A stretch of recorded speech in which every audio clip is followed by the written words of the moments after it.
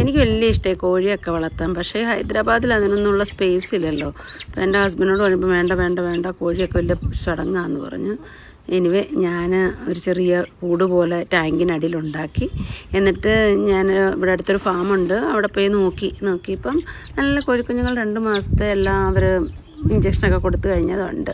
So ഞാനപ്പം മേടിച്ചുകൊണ്ട് വന്നു. നമ്മുടെ ഈ ആഗ്രഹങ്ങളൊക്കെ നടത്താതെ നാട്ടിൽ പോയി സെറ്റിലായിട്ട് നോക്കാം, ഇവിടെ ജോലിയെല്ലാം കഴിഞ്ഞിട്ട് നമ്മൾ കേരളത്തിൽ പോയി സെറ്റിലാകത്തില്ല, അപ്പം നോക്കാമെന്ന് പറഞ്ഞിരുന്ന ഒരു പക്ഷേ നമ്മൾ ആഗ്രഹങ്ങൾ സഫലമാകാൻ ചത്തുപോയാൽ എന്ത് ചെയ്യും അല്ലേ? സോ കുറച്ച് കോഴിയെ ഞാൻ ടെറസിൻ്റെ മുകളിൽ വെച്ച് നോക്കാം എന്നോർത്ത് വെച്ചു. എന്നിട്ട് ഇതിനടിയിൽ ഇങ്ങനെ ഞാൻ നെറ്റ് കെട്ടി കൂടിന് പറഞ്ഞിട്ടുണ്ട്.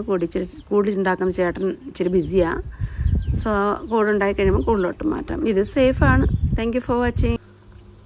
അങ്ങനെ വലിയ സ്മെല്ലൊന്നും ഇല്ല കേട്ടോ. ഞാനിപ്പോൾ 2 ആഴ്ച ക്ലീൻ ചെയ്തു. അപ്പം സൺഡേ ഞാൻ ക്ലീൻ ചെയ്യുകയുള്ളൂ. മഴയില്ലാത്തതുകൊണ്ട് ഇവിടെ കുഴപ്പമില്ല. മഴയുള്ളപ്പോൾ ഇച്ചിരി വെള്ളമൊക്കെ കടിച്ച് കയറും. നല്ല സ്മെല്ലൊന്നും എനിക്കിതുവരെ അനുഭവപ്പെട്ടില്ല. പക്ഷേ ക്ലീൻ ചെയ്യുമ്പോൾ നമുക്കൊരു സ്മെല്ല് തോന്നും. സോ അറക്കുപൊടിയുടെ മുകളിലാണ് ഇതിങ്ങനെ കിടക്കുന്നത്. മഴ നനഞ്ഞില്ലെങ്കിൽ ഒരു കുഴപ്പമില്ല, ഒരു സ്മെല്ലും ഇല്ല. സോ അതെല്ലാം കൂടെ കോരി ഇങ്ങനെ വലിച്ചിങ്ങെടുക്കും ഒരു ചൂല് കൊണ്ടുവന്നിട്ട് ഒരു പ്ലാസ്റ്റിക് കവറിലിട്ട് കൊണ്ട് താഴെ ചെടിക്ക് ഏതെങ്കിലും ചെടിയുടെ അടിയിലോട്ട് അങ്ങ് ഇട്ടേക്കും. ചെടിക്കും അപ്പം വളമാവുമല്ലോ. പിന്നെ ഇതെല്ലാം ക്ലീൻ ചെയ്തിട്ടിട്ട് പിന്നെ ഞാൻ ഇലയോ എന്തെങ്കിലും പുല്ലോ അല്ലെങ്കിൽ അറക്കുപൊടിയോ എന്തെങ്കിലും ഇട്ടാൽ മതി. ഇട്ടിട്ട് മുകളിൽ ഞാനൊരു സ്റ്റാൻഡ് പോലെ ഉണ്ടാക്കിയിട്ടുണ്ട് അവർക്ക് കയറിയിരിക്കാനേ. ചിലപ്പോൾ ഈ മഴയൊക്കെ കഴിയുമ്പം താഴെയൊക്കെ വെള്ളം വന്നാലോ എന്നോർത്ത്. കൂടെ അടുത്തയാഴ്ച ചേട്ടൻ ഉണ്ടാക്കി തരാമെന്ന് പറഞ്ഞിട്ടുണ്ട്. ചേട്ടൻ ഭയങ്കര ബിസിയാണ്.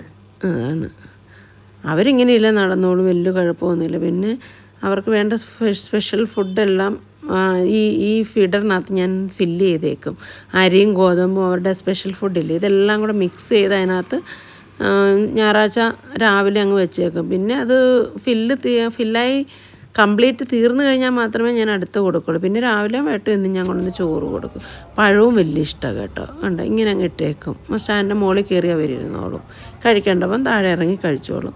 വെള്ളം അതിനകത്ത് ഞാൻ വെച്ചിട്ടുണ്ട്. സോ വെള്ളം ഒരു പ്ലാസ്റ്റിക് ഡബ്ബയ്ക്കകത്ത് കട്ട് ചെയ്ത് വെച്ചിരിക്കുന്നു. സോ അതുകൊണ്ട് അവരങ്ങനെ എൻജോയ് ചെയ്ത് നടന്നോളും. കണ്ടില്ല നടക്കുന്നത്, വലുതായില്ലേ അവരിപ്പം. 2 ആഴ്ചയായില്ലേ, കണ്ടോ. ആദ്യത്തെ 2 ആഴ്ചത്തെ വളർച്ച അവർക്കായി. ഒരു പ്രശ്നമില്ല, അവരിങ്ങനെ എൻജോയ് ചെയ്തില്ലെല്ലാം നടക്കും.